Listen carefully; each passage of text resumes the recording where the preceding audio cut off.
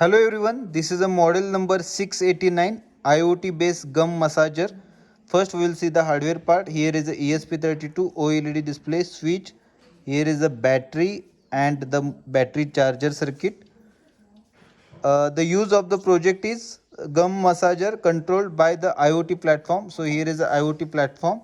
So we can see, we can set the speed. Okay, so that same speed will be reflected here, and we can set the time also. Please set the time 2 minutes. So we can see here time set and press the on.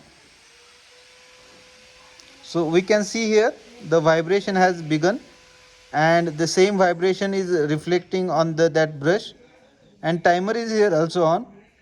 After 2 minutes it will automatically off, or we can off by the switch.